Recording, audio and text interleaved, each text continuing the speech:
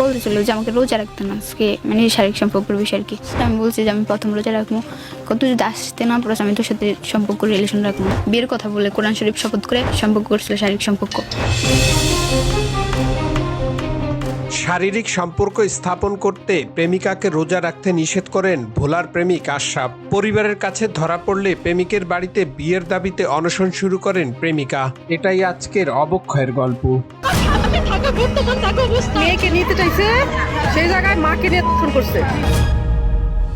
ওর জন্য আমার সব মান সম্মান সব দিক থেকে সব কিছু নষ্ট হয়েছে, নিজের মানিজ্যত, নিজের ব্যক্তিগত পার্সোনাল সব কিছুই নষ্ট হয়েছে।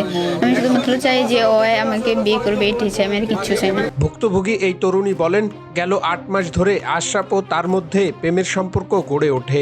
পরবর্তীতে বিয়ের প্রলোভন দেখিয়ে একাধিকবার তাদের মধ্যে শারীরিক সম্পর্ক হয়। ওর সাথে আপনার সম্পর্কটা কিভাবে হয়েছে? প্রধান ওর সাথে আমার বাজারে দেখা হয়েছিল, এমনিতেই মানে ফোন নাম্বার নিয়েছিলাম, তো এমনিতেই কথা হয়েছিল। ও আপনার নাম্বার নিছে নাকি আপনি ওর নাম্বার নিছেন? ও আমার নাম্বার নিয়েছিল। এই তরুণী অভিযোগ করে বলেন, পবিত্র কোরআন শপথ করে আশরাফ তাকে ওয়াদা করেন সে তাকে কখনো ছেড়ে যাবে না। তারপর এই তরুণী তার পবিত্রতা নষ্ট করেন।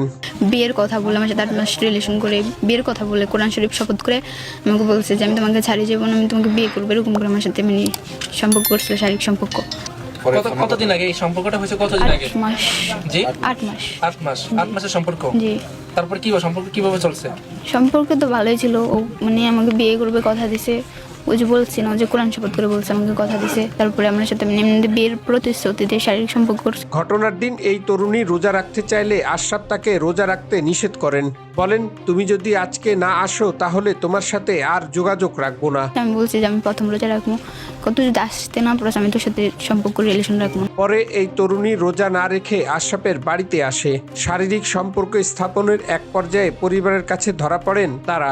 তারপর আমি আসতে বাধ্য হয়েছি। আসার পরে আজকে কি ওই আসতে বলছে? হ্যাঁ, ও আসতে বলছে আমাকে, মানে আনাইছে এখানে। আসার পরে কি হয়েছিল? আসার পরে ওই যে বলছি না যে ওখানে আসছি, একটা এই যে ওদের দরজার সামনে একটা বাড়ি আছে ওখানে, তারপরে একটা মহিলারা পাঠাইছিল, মানে ওদের ভাড়াটি বাড়ির একটা মহিলারা আমার পাঠাইছিল দরজা থেকে আনতে। তো আমি আসার পরে মানে ওর সাথে কথা বলতেছি, মোবাইল টিপতেছি অবস্থা, মানে ওদের ওই ঘরে আর কি, রুমে। মানে ও আমার সাথে বলছে তুই যদি আজকে না আসস, কিছু না করে তাহলে আমি তোর সাথে আজকে কেন আসতে বলছে? মানে এই বলতেছিল যে আমাকে রোজা রাখতে না আজকে, মানে শারীরিক সম্পর্কের বিষয় আর কি। এরপর আশরাফের বাড়ির লোকজন ওই তরুণীর উপর চড়াও হন। পরিস্থিতি এলাকায় ছড়িয়ে পড়লে ঘটনাটি ঘোলাটে হয়। পরে তরুণীকে বাইরে এনে তার কাছে থাকা মোবাইল ফোন কেড়ে নেয়, যাতে ওই মোবাইলে থাকা ডকুমেন্টগুলো মুছে ফেলা যায়। পরবর্তীতে সে যাতে আইনের কোনো আশ্রয় না নিতে পারে, কিন্তু এলাকাবাসীর চাপে পরে ওই মোবাইল ফেরত দেওয়া হয়। ফোনে ডকুমেন্ট ছিল, ওর আব্বু ওর আপু ওরা আমাকে এখানে দড়ি বালুর মাঠে ধাক্কা দিয়ে ফালায়, তারপরে মোবাইল নিয়ে তারপরে এখন ডকুমেন্টগুলো ডিলিট করেছে। তো এখন আছে সমস্যা নেই, এগুলো আমি নিয়েছি। এই অবস্থায় প্রেমিক আশরাফ তার ঘরের দরজা ভেতর থেকে বন্ধ করে দিলে ওই তরুণী সেখানেই অনশন শুরু করেন। সব দরজা খোলো।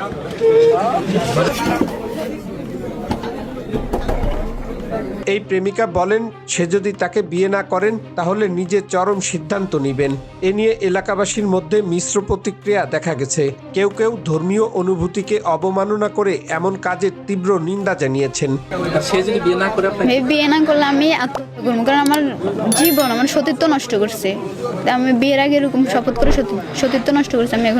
আমি চাই যে ও আমাকে বিয়ে করবে, আমার কিছু জানি। তরুণী বলেন, আশরাফ তাকে শারীরিকভাবে ব্যবহারের পাশাপাশি তার ধর্মীয় বিশ্বাস ও রমজান মাসের পবিত্রতাকেও পদদলিত করেছে।